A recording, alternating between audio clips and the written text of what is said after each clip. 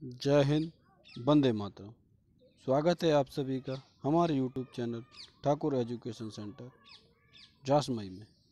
चलिए शुरू करते हैं आज एक नया टॉपिक, जिसमें हम ओजोन परत के बारे में पढ़ेंगे। ओजोन परत पर्यावरण का एक महत्वपूर्ण अंग है, जिसके बारे में हम पढ़ेंगे। इसमें C TET, S TET, UP TET में क्वेश्चन आते रहते हैं। चलिए शुरू करते हैं।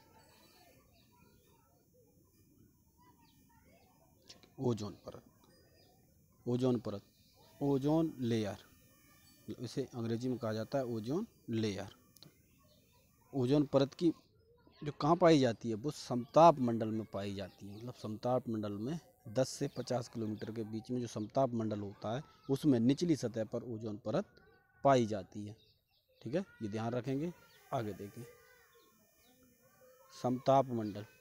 देखो, समताप मंडल, ओजोन परत कहाँ पाई जाती है?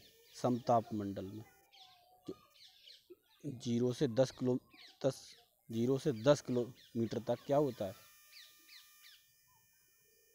क्षोभ मंडल होता है। यहाँ गलत लिख गया है, क्षोभ मंडल होगा यहाँ पे। क्षोभ मंडल होता है, उसके क्षोभ मंडल के ठीक ऊपर ओजोन परत पाई जाती है, ओजोन लेयर पाई जाती है, जो 10 से 50 किलोमीटर समताप मंडल के बीच में पाई जाती है। मतलब नीचे की साइड पाई जाती है। यहाँ से यहाँ तक तो ये टोटल समताप मंडल है, उसके नीचे की सतह पर ये पाई जाती है।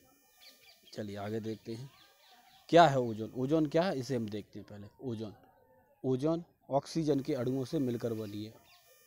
O2 प्लस O से मिलकर ओजोन बनी है। O2 प्लस O से बन के ओजोन बनी है। ऑक्सीजन के 3 अणुओं से मिलकर बनने वाली एक गैस है, जो वायुमंडल बेहद कम मात्रा में पाई जाती है।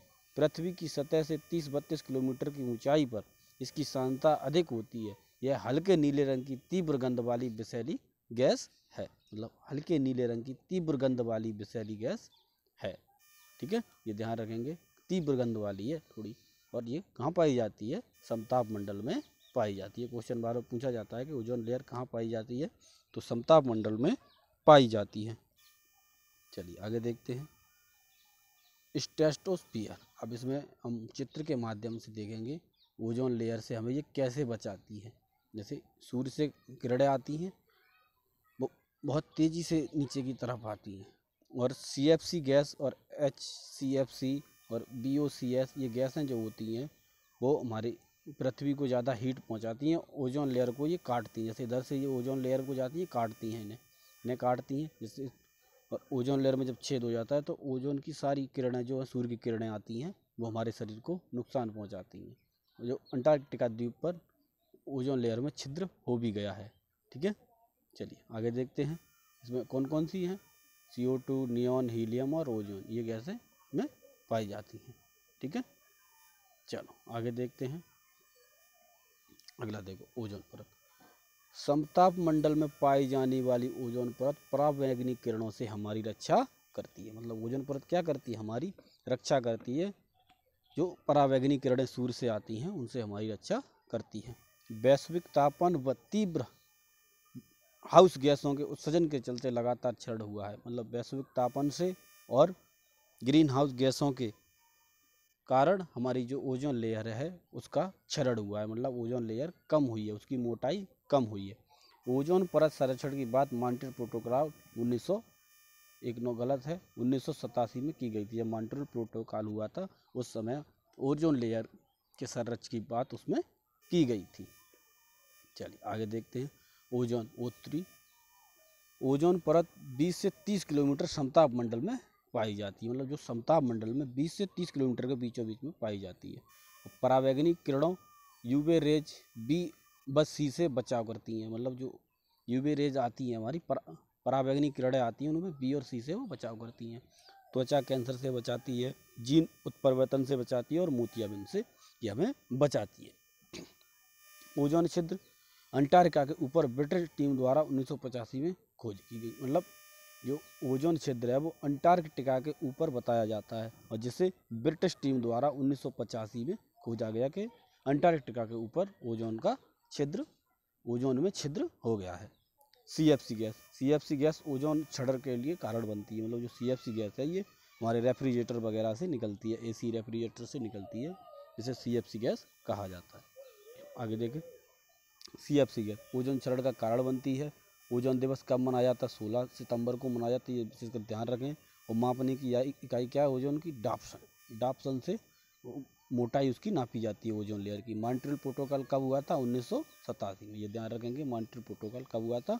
1987 में मॉन्ट्रियल प्रोटोकॉल हुआ था। चलिए आगे देखते हैं।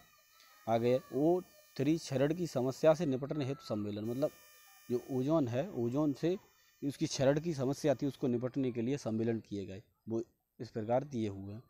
वियना सम्मेलन, वियना सम्मेलन 1985 में किया गया था। वियना सम्मेलन कब किया था? 1985 में। मॉन्ट्रियल प्रोटोकॉल कब किया गया था? मॉन्ट्रियल प्रोटोकॉल किया गया था 1987 में। और हेलसिंकी सम्मेलन कब हुआ था? 1989 में। और लंदन सम्मेलन कब किया गया था? 1989 में। ये सारे सम्मेलन जो हैं वो सभी ओजोन लेयर से संबंधित हैं। सारे जो भी जितने दिए हुए चारों सम्मेलन हैं, वियना सम्मेलन, मॉन्ट्रियल प्रोटोकॉल, हेलसिंकी सम्मेलन और लंदन सम्मेलन, ये चारों सम्मेलन सभी O3 से संबंधित हैं। चलिए आगे देखते हैं।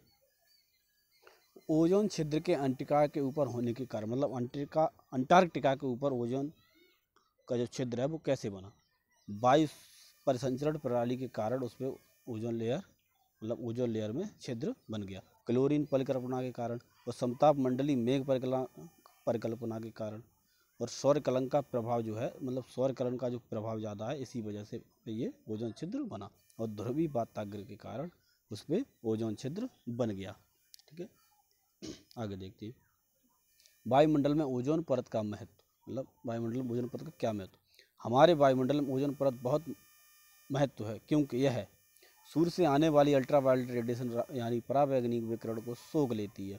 लेकिन इन किरणों का पृथ्वी तक पहुंचने का मतलब है अनेक तरह की खतरनाक और जानलेवा बीमारियों का जन्म लेना। इसके अलावा यह पेड़ पौधे और जीवों को भी भारी नुकसान पहुंचाती है। परावैंगनिक विकिरण मनुष्य, जीव जंतुओं और वनस्पतियों के लिए अत्यंत हानिकारक है।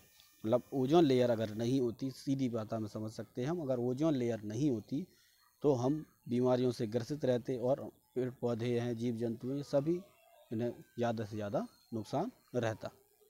ठीक है, आगे देखते हैं। पृथ्वी का सुरक्षा कवच ओजोन, मतलब जो ओजोन को पृथ्वी का सुरक्षा कवच कहा जाता है। ओजोन को क्या कहा जाता है? पृथ्वी का सुरक्षा कवच कहा जाता है।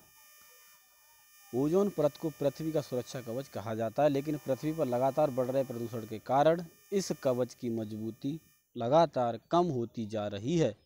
जैसा कि हम बता चुके हैं कि ओजोन का एक अणु ऑक्सीजन के 3 अणुओं के जुड़ने से बनता है। मतलब ऑक्सीजन के जब 3 अणु जुड़ते हैं तब एक ओजोन का अणु बनता है।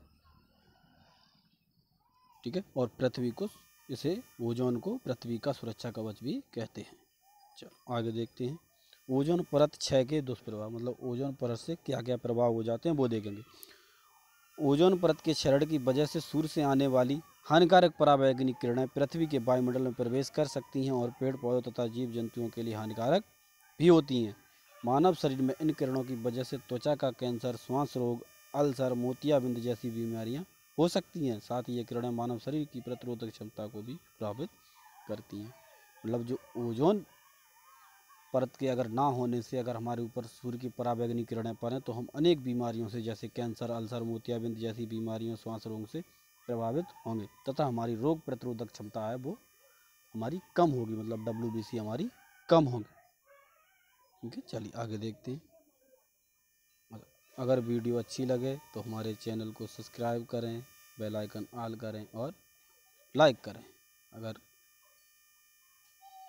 वीडियो अच्छी ना लगे तो अनलाइक भी कर सकते हैं और हमें सपोर्ट करें, सब्सक्राइब करें, जिससे हम अच्छी और से अधिक वीडियो बनाने की कोशिश करें और अच्छे से अच्छे कंटेंट देने की कोशिश करें।